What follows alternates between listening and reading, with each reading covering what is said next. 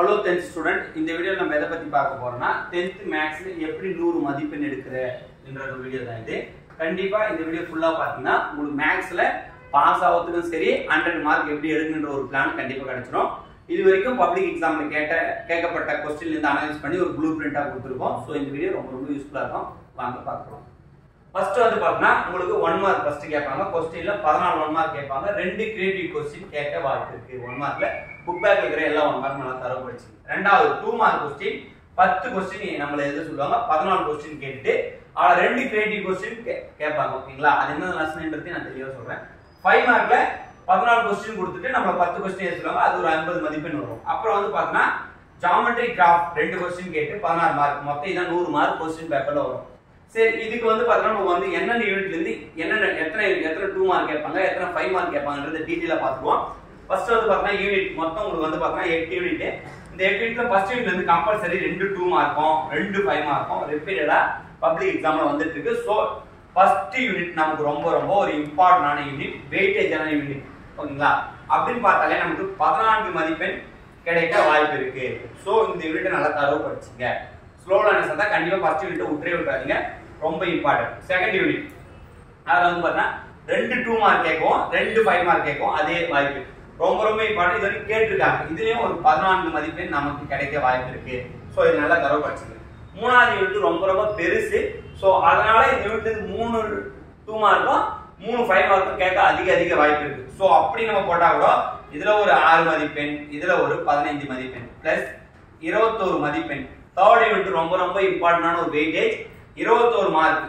ஓகேங்களா? அதுல என்னென்ன இம்பார்ட்டன்ட் சம்ன்றது நான் உங்களுக்கு டீடைலா சொல்லுவேன். ஃபோர்த்ல வந்து பாத்தீங்கன்னா ஒரு 2 மதிப்பெண்ணும் ஒரு 5 மதிப்பெண். 5 மதிப்பெண்ல கண்டிப்பா 4 தேரம் படிச்சிட்டீங்கன்னா ஒரு 5 மதிப்பெண் வரும். அப்ப இதுல ஒரு 7 மார்க் வர அதிக வாய்ப்பு இருக்கு. 5th சாப்டர்ல 2 மார்க்கும் ஒரு 5 மார்க்கும் கேட்க அதிக வாய்ப்பு இருக்கு. இதுல வந்து பாத்தீங்கன்னா ஒரு 9 மதிப்பெண் கேட்க அதிக வாய்ப்பு இருக்கு. அதுக்கப்புறம் 6th சாப்டர்ல வந்து பாத்தீங்கன்னா 2 மார்க் 2 5 மார்க் கம்பல்சரி கேட்டுட்டு இருக்காங்க, ரெகுலரா கேட்டுட்டு இருக்காங்க. இதுல ஒரு 14 மதிப்பெண் வர வாய்ப்பு இருக்கு. 7th சாப்டர்ல ஒரு 2 மார்க்கும் 2 5 மார்க்கும் கேட்டுட்டு இருக்காங்க. இதுல ஒரு 12 மதிப்பெண் வர வாய்ப்பு இருக்கு. அப்புறம் 8th சாப்டர்ல வந்து பாத்தீங்கன்னா ஒரு 2 மார்க் சம்டைம்ஸ் 2 5 மார்க் கேக்குறாங்க. சோ அப்படி 2 5 மார்க் கேட்டா 12 மதிப்பெண். இதுதான் உங்களுக்கு வந்து பாத்தீங்கன்னா யூனிட் வைஸ் கேக்குறாங்க. நீங்க இந்த யூனிட்ல எதெல்லாம் நல்லா தரவு படிக்கணும்ன்ற ஒரு தெளிவான ஒரு விடையை நான் கொடுக்குறேன். நீங்க இதுல வந்து பாத்தீங்கன்னா ஃபர்ஸ்ட் சாப்டரை விட்டுறாதீங்க. ரொம்ப ஈஸியான சாப்டர், 14 மதிப்பெண் ஈஸியா எடுத்துடலாம். செகண்ட் சாப்டரை விட்டுறாதீங்க. இதுல ஒரு 14 மதிப்பெண். அப்படின்னா 14 28 மதிப்பெண் உங்களுக்கு வந்து ஈஸியா கிடைச்சிச்சு. தேர்ட் சாப்டர்ல நீங்க நல்லா தரவு படிச்சாலும் சரி, கொஞ்சம் இம்பார்ட்டன்ட் क्वेश्चन படிச்சாலும் 2 5 மார்க் ஈஸியா அட்டெண்ட் பண்ணிடலாம். அப்படி 2 5 மார்க் அட்டெண்ட் பண்ணீங்கனாலே இதுல ஒரு 5 மார்க் மைனஸ் பண்ணா நமக்கு ஒரு 17 மதிப்பெண் வந்து பார்த்தா ஈஸியா கிடைச்சிடும். இதுல 16 மதிப்பெண் ஈஸியா எடுத்துக்கலாம். நீங்க இது வரைக்கும் படிச்சாலே குறைஞ்சபட்சம் ஜியோமெட்ரி கிராஃப் போட்டீங்கன்னா 50 மதிப்பெண் ஈஸியா எடுக்கலாம். ஃபர்ஸ்ட் 3 சாப்டர் நல்லா தரவு படிச்சீங்க. இதுல தேரம் மட்டும் கவர் பண்ணீங்கனாலே ஈஸியா வந்து பார்த்தா 50 பிளஸ் எடுக்கலாம். அதுக்கான ஒரு வழிமுறை சொல்றேன். கிராஃப்ல வந்து பாத்தீங்கன்னா உங்களுக்கு ஒரு 8 மதிப்பெண், அதாவது பாத்தீங்கன்னா டைரக்ட் இன்டைரக்ட் சொல்லிட்டு கேட்பாங்க. இதுல இருந்து கம்பல்சரி ஒரு 8 மார்க் வந்துரும்.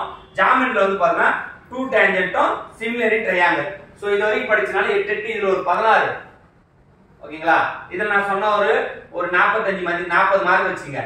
40 பிளஸ் 1 மார்க் ஒரு 14 அப்படின்னு பார்த்தாலே 0.